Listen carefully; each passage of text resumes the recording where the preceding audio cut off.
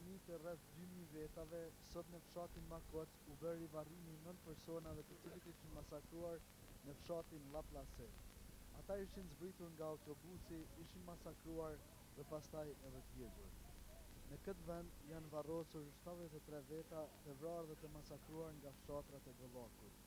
Sot janë rivarrosur Ilyas Krasniqi, Shefkish Shala, Hajriz Krasniqi së bashku me djalin Bashkimin, gjithashtu rivarrosen edhe Sejdi Sallahu, Shpejtim Thaçi, Agran Kryeziu, Tefik Baraliu dhe Ismail Krasniqi. Vendin për këto varreza e kishte palur nëna Mihrie Krasniqi, por nga ky fshat. Organizatori i këtij rivarrimi tha se dëshira e tyre ishte për një Kosovë të lirë dhe shtoi. Porosia vetëm e tyre do të ishte të lëmë etjet për karrierë, për çarjet, të ju kthehemi vakrave tona shkrumura dhe të ndezim moqoqet, të jemi suqet, unik, vizionare luftëtar të vërtet, që fëmijët tanë të kenë jetë sigurt një atëzeun e lirë, sepse pushtues mirë nuk ka. Plot vaj në sy dhe pikëllim për familjarët e të masakruarve. Ata tregojnë se kanë mundur të identifikojnë të afërmit e tyre nëpërmes këpucave të shpëtuara, ndonjë pjesët e padjegur të rrobave apo nëpërmes dhëmbëve, që të gjithë ishin gjetur në një varresë masive në fshatin La Place. Këshilli organizativ i fshatit Makoc do të bëjë rrethimin dhe sigurimin e këtyre varrezave, po ashtu po bëhen përgatitje në shenjë për kujtimin të 2 vjetorit të masakrave të bëra pranë këtij fshati.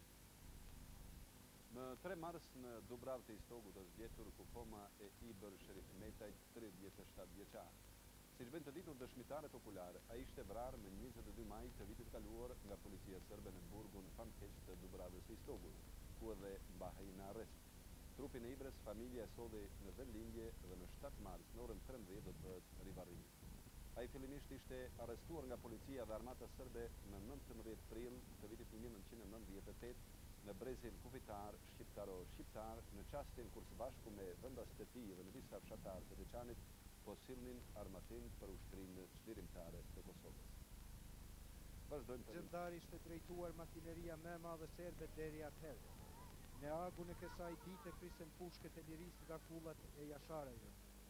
Ushtime e tyre jehojnë në tërë Kosovën për të ngritur në këmbi madhe i vogël deri në ditën e fitores. Adem Jashari së bashku me Hamzen, baban Shabanin, antarët e familjes dhe trimat e tjerë rrokën armet në dorë. Ata i treguan botës se kjo tokë është e jona dhe për te do të vdesin dhe lindin përsëri. Për të shënuar 2 vjetorin e kësaj epopeje të lavdishme, sot në Prekaz kishin ardhur qytetar nga të gjitha trevat shqiptare, nga Kosova, Shqipëria, Maqedonia, Mali Zi, Kosova Lindore, si dhe nga Mërgata. Në Prekaz ishte i tërë kombi shqiptar. Para masës së tubuar u rëndit efektivi i trupave mbrojtës të Kosovës.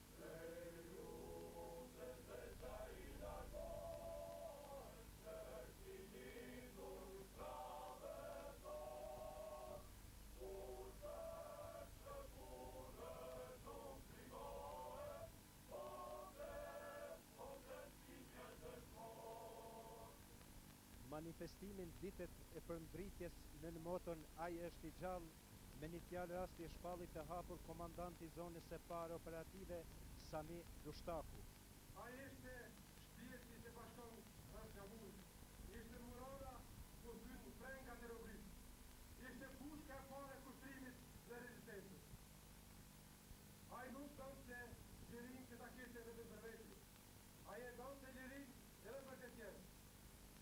Për veprën heroike të Adem Jasharit, folën edhe bashkëkryesuesi i Këshillit të Përkohshëm Administrativ të Kosovës, Hashim Thaçi, dhe komandanti i trupave mbrojtëse të Kosovës, General Agim Qeku. Fillim morsi i vitit 1998 shënoi një nga ngjarjet më të rëndësishme televizies sonë kombëtare. Në këtë ditë, komandanti ynë legjendar Adem Jashari me rezistencën e tij hapi fazë të re e të rëndësishme për Kosovën dhe shtirimin e saj. Ai dhe familja e tij hapur forcërisht dhe botërisht ju kundërvu Beogradit zyrtar. Një pjesë të faktorit të mbrëmshëm dhe atij botrar, këtë ditë ju thyet iluzionet se shqiptarët mund të jetojnë në Serbi. Gjej kryetarin e madhe që ndodhet sot se këtë vend të ri, për të përkujtuar bashkë ju synet historinë e një ngjarje nga më të rëndësishme dhe më të rëndësishme të historisë tonë. Dhe vi këtu, bashkë me pjesëtarët e shtabit të përgjithshëm të trupave të mbrojtjes së Kosovës, të gardës së Kosovës, të zonës së parë të mbrojtjes, zonës së dytë, zonës së tretë, zonës së katërt, zonës së pestë, zonës së gjashtë, akademisë të mbrojtjes, centrës të servisit të doktrinës, bazës kryesore të logjistikës, brigadës 30 të Gjenjos, batalionit 50 të Zëllinit, batalionit 80 të mjekësisë dhe eskadrilës 70 të forcave ajrore. Për nder të kësaj ngjarje të shënuar, me urdhrin më të lartë Skënderbeu, u ndërua familja Jashari nga Prekazi. Dekoratave me njohje ju ndanë edhe shumë dëshmorëve të rënë në luftë për liri. Rifat Jashari, i vëllai i Ademit, me rastin e pranimit të kësaj dekorate theksoi: Vllazër dhe motra, familjet e dëshmorëve, musafirët e nderuar, trupa mbrojtëse të Kosovës.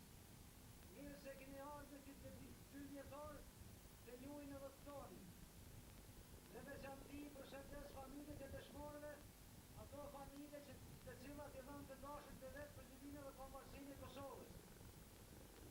Ne duhet të jemi një ashtu si sot edhe ardhmet edhe madje bashkuar se vetëm bashkarisht mund të arrijmë dëshirat tona, lirinë dhe pavarësinë.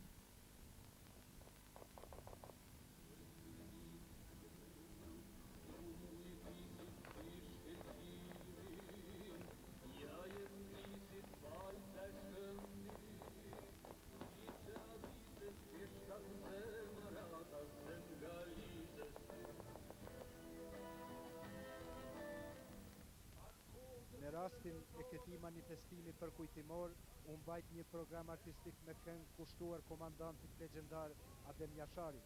Ndërkaq, trupa artistike ushtarake Hamzi Jashari shfaqi pjesën artistike Ai është i gjallë. Trupat mbrojtëse të Kosovës së bashku me të gjitha brigadat në varrezat e dëshmorëve në Prekaz bën homazhe dhe ndëruan terrenet. Kurora mbi varret e tyre vun generali Agim Çeku me bashkëpunëtor në emër të shtabit të përgjithshëm të trupave mbrojtëse të Kosovës, Sami Lushtaku në emër të brigadës së parë, ndërsa në emër të gardës zoti Nuredin Lushtaku. Ditët e përndritjes së Prekazit do të vazhdojnë nesër në Prishtinë, ku do të mbahet një akademi përkujtimore, ndërsa pas nesër në mbrëmje në Prekaz do të mbahet nata e zjarreve.